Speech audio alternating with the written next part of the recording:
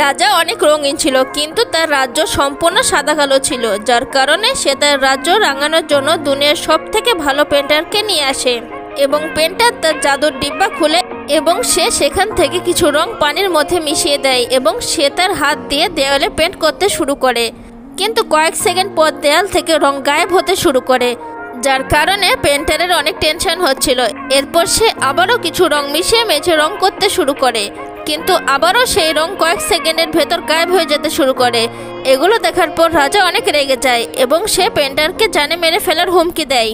কিন্তু এরপর রাজার শরীর থেকে একটি পালক পানির মধ্যে পড়ে যায়, যার কারণে সেখানে নতুন রং তৈরি হয়।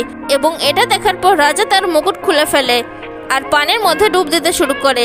আর সে যখন পানি থেকে বের হয়ে আসে তখন আশেপাশে সবকিছু রঙিন হয়ে যেতে শুরু করে, যার কারণে সে তার রাজ্যে ওড়ার সিদ্ধান্ত নেয় এবং সে রাজ্যে ওড়ার ফলে তার সমস্ত রং গায়েব হয়ে যায়।